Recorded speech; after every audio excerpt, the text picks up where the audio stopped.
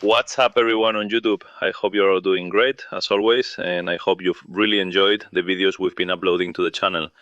Today I show you an abandoned village in the middle of nowhere. As you can see, it's a typical Asturian day. It's raining, it's cold, there's fog from the rain, and honestly, well, most of the videos you've seen are sunny, because it doesn't always rain in Asturias. I don't know why people always say it rains. It does rain a lot, that's why it's so green. It's called the price of all this greenery here. To have green, it has to rain. Without further ado, we're heading to a nearby village, which I'll show you now. And I think you are really going to like it a lot, okay? It's located in an area, as you can see, I'm going up this path here, which, well, is open because of the cows, everything that comes through here, because there's still some livestock farming here. I've heard that the remaining livestock owners here will soon be gone, as there are many bears and wolves in the area. So yeah, it's possible that all of this will be abandoned very soon. What I'm seeing are a lot of animal tracks, both wild boar and roe deer. I haven't seen any bird tracks yet, which is good. So if you want to join me in this video, don't forget to like, subscribe, and if you can follow me on Instagram, I leave it here as always, I would really appreciate it. I won't ramble any longer. Let's get to it.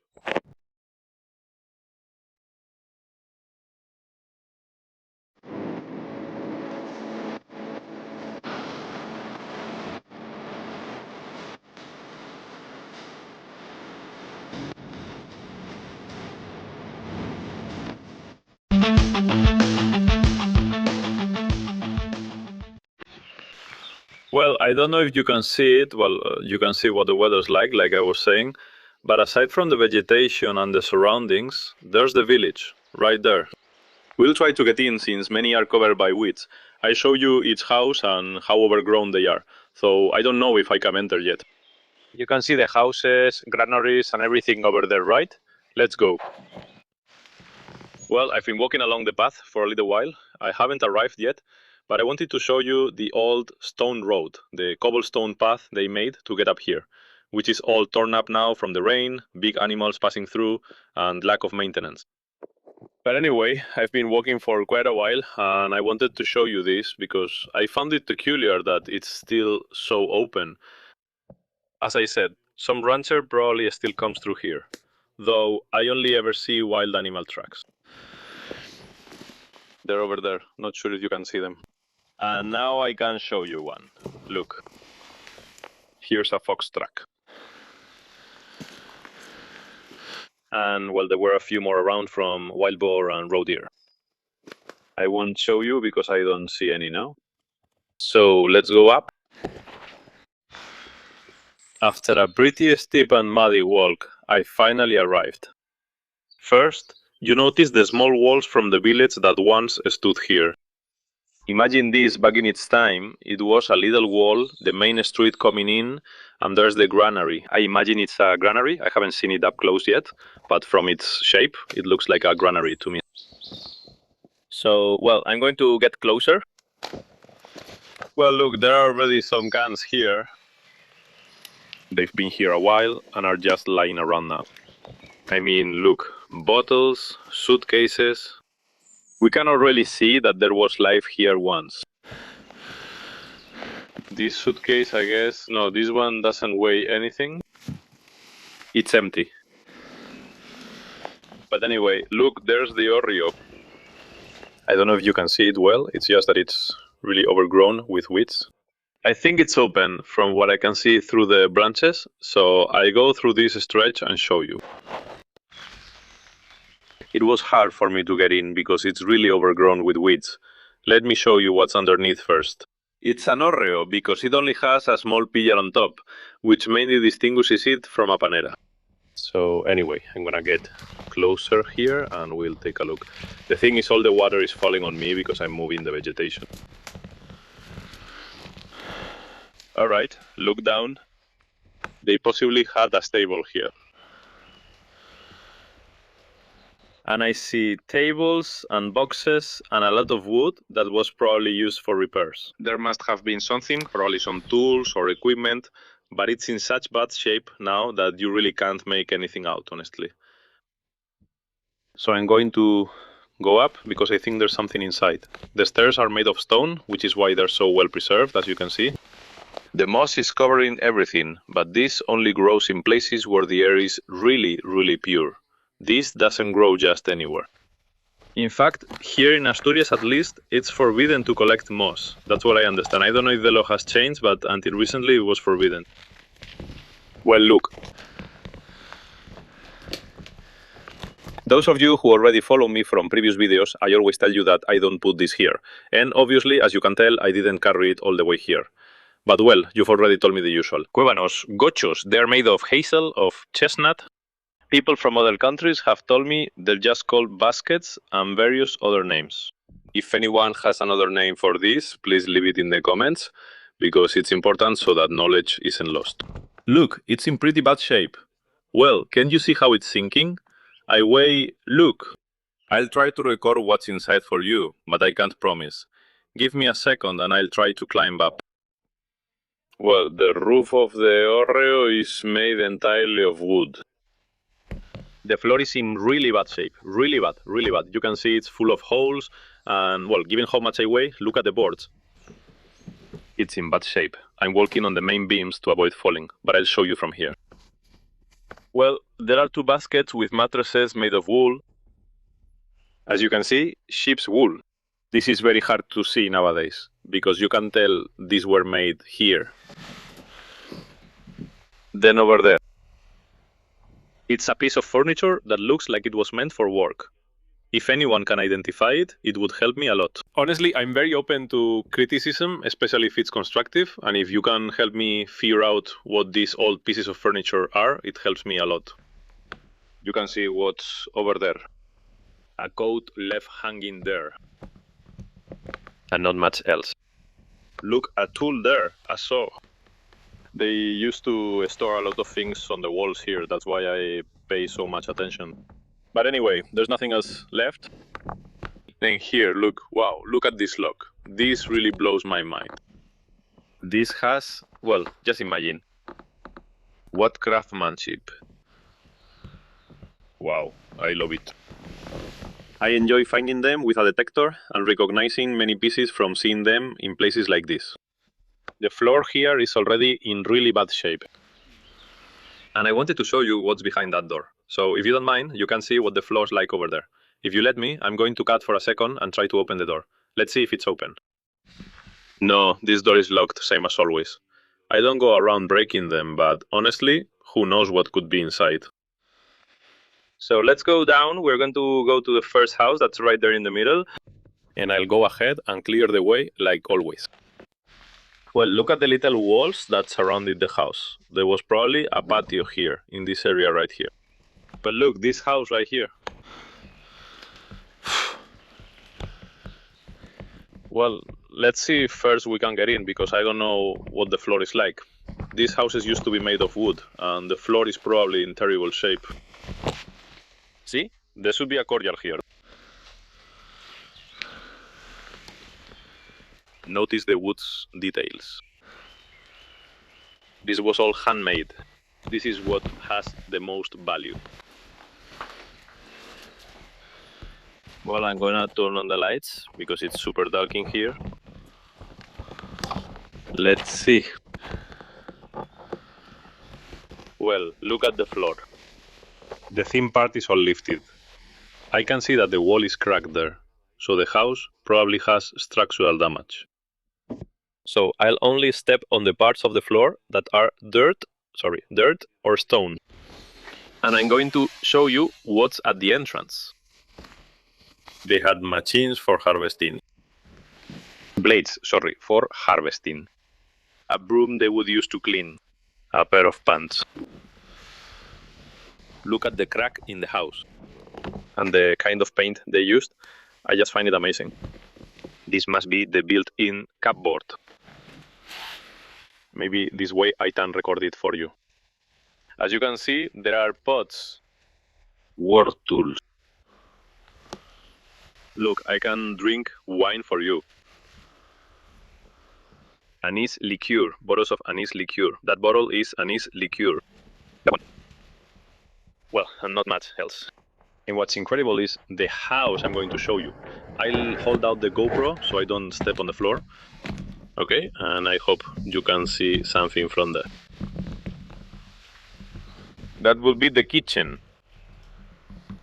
Oh, look at that chair, look.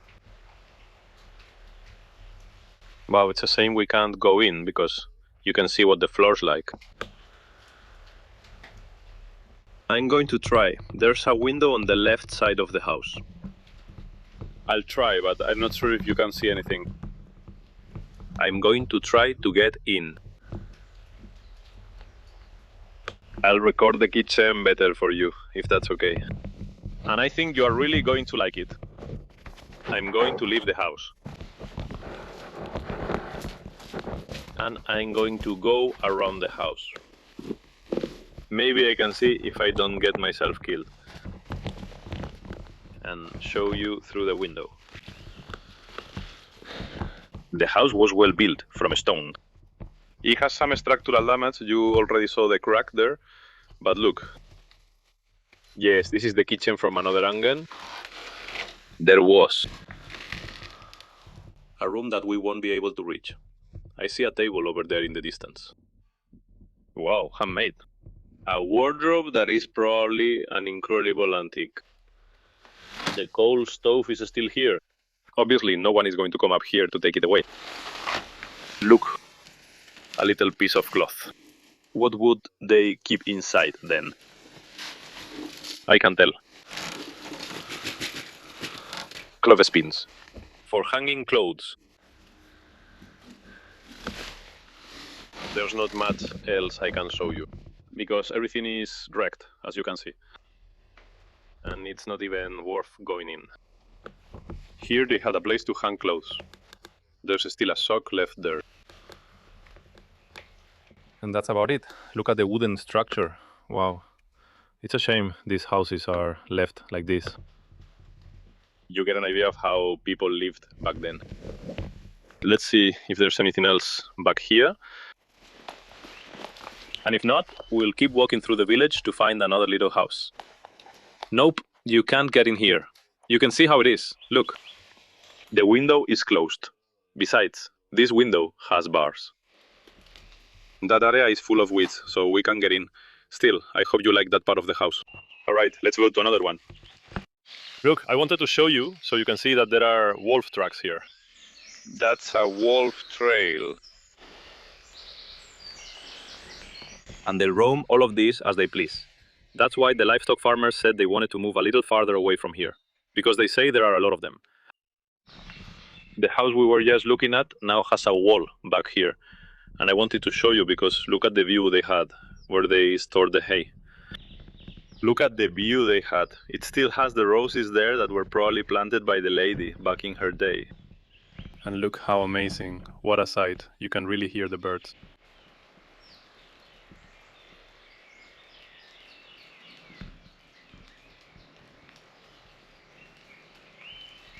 In an absolutely perfect path. And going down a little more, I managed to see the barn from this angle. And also the house, a small view of the house that's so covered by the overgrowth. Everything is enclosed by a wall with a courtyard in the center. I don't know if it's impossible to access. I've already tried, but I don't know if it's impossible. So I hope you like this part that I'm showing you. Well, without further delay, let's go to another house. I was following this street, which is a street that leads to other houses. And, well, you come across this one that's completely ruined. But it looked like it was really big, because it's about 25 meters long, but there's really nothing left. So let's keep walking. Look, there was another one here, which was possibly the lower part of the hórreo, or maybe a stable or something small. Yes, from the hórreo, because you can see the stairs here, but as you can see, there's absolutely nothing left, because of how old they are. I'll keep walking since the other one is here, as you see. Look how amazing this is. Look how amazing this is. This one has a barn over there, and the house, well, you can tell how old it is just by the design. If anyone from Asturias knows what kind of house design this is, let me know in the comments. Like I said, your help means a lot. I've lost touch with a lot of this culture, and the idea is for young people to watch these videos. And in the comments, so you can learn something about the culture that's being lost, because the villages are disappearing. I'm going in through the door. It's nothing, it was open. You already saw the one downstairs was broken. And the first thing we find, what really amazes me, are the paintings, which remind me of ancient Rome. Can you already see what kind of painting it is? To me, they really remind me of ancient Rome. I don't know about you guys. Look, a bench. This is probably, let's see, the kitchen. Yeah. This is the kitchen. As you can see, well, everything is just as it was 70, 80 years ago. And it's all completely made of wood. The frames of the, everything. The things we see in the houses are old. They're still here. There's no electricity. There's not even any sign that there was ever electricity here. All right, I'm going to step carefully. Careful. And I'll show you what's in the kitchen. Look, here's a little drawer where they kept, I don't know if you can see it, hazelnuts. In the plate. Here there was, well, look, here they filled this with water. It was heated with the coal stove. They opened the tap and had hot water. Consider how old this coal stove is and that it's still here, since as before, no one can remove it due to the long walk to get here. And this is quite heavy. Look.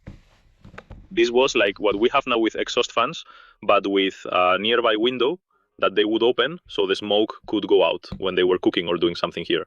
The smoke would probably go out through there, and they would also hang some things here.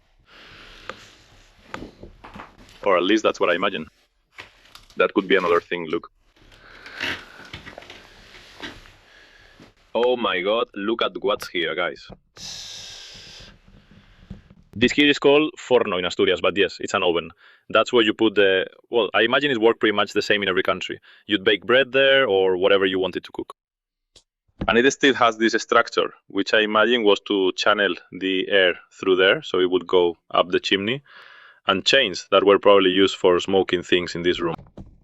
It really looks like, or at least it seems, that they also smoked things here, like chorizos and everything. Look at this piece of furniture. Wow, guys, this is amazing. I'm really loving this house. Super authentic and really old, because some have been renovated and they're not as cool anymore, since you find a lot of modern stuff. But this one, well, here there's like a room. It's the same. Look at the paint. It was the same everywhere with little dots, and look at the window, which have taken over. Nothing else is visible. We're going to go into the opening. How did that sound? We're going to go into the stair opening. The staircase seems to have been made of chestnut wood. And this, what is this? I've never seen this before. It's stone. It looks like a stone bathtub. Wow, I've never seen this before. If anyone knows what this is, please tell me, because it literally looks like a stone bathtub, but then it has a lid to cover it, as if it served two purposes. Amazing. I have no idea what this is. No idea. To me, it looks like a bathtub. You can let me know in the comments. And how old it might be. Let's go up the stairs, which seem to be in pretty good shape, because I've seen they're quite well preserved. This video might get a little long, but I think if you're enjoying this exploration as much as I am, it's worth it.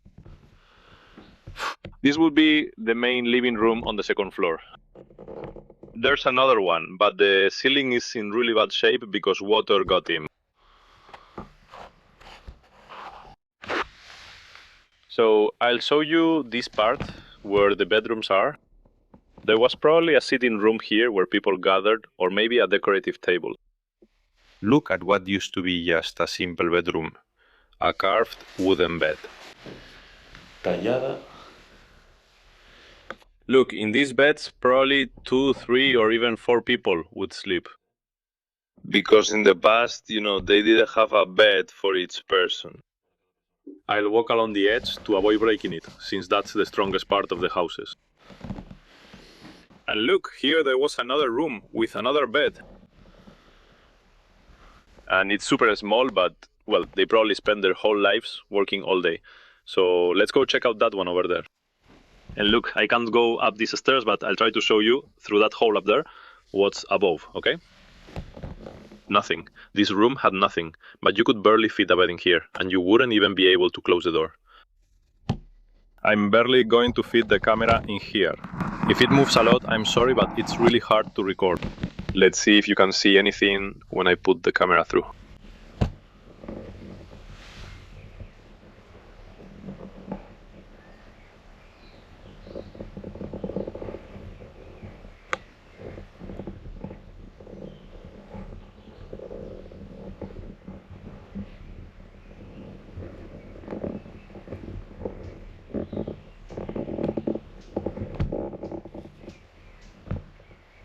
No, it doesn't seem like it. Keep searching. I think what I saw there was an old chest. It's a shame I can't go up to see what's inside. But I haven't seen what's there yet, but I hope you liked it. And well, I'm going to head out this way, downhill. Before I leave this house, I didn't want to miss showing you. Not just the painting inside, but also this out here, on the entrance porch. And look at the little drawings they made on the edges of the wall. Of course, back then, just imagine, you didn't go to the store and buy whatever you wanted. You had to design whatever you could by drawing it yourself. I find it incredible. These engravings could be from 1700 or 1800. Not 1700, but definitely 1800 something. So, just so you can see. The weather isn't cooperating. We came from over there, and well, a bit of fog is starting to rise. I don't know if you can see it in the video, but I think you can see it pretty well. We are in the middle of this. I don't want to take too many risks, but we are turning left here, where I think we'll find more houses. I'll show them to you so you can see their condition. The house we've just been in is this one, which has the facade on the side, and it's where I was telling you we were going to head this way, to see if we can find anything else. Because according to what we've studied, there's another one there, or there should be another one. But anyway, let's see what we find.